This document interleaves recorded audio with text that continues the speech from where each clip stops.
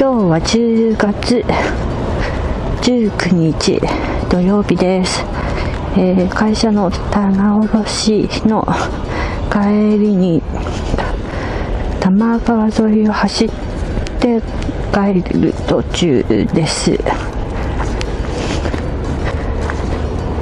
の方もひどいことになってますね。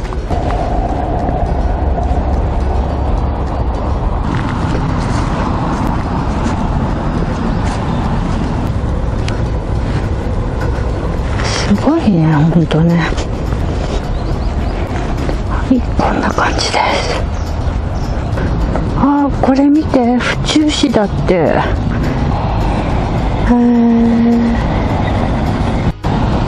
ここまだ大田区ですよ、大田区。はい、今ここでしょ。こうやってこう来ました。府中市が刺さっちゃったって感じで、見て、これはゴミもすごいよね。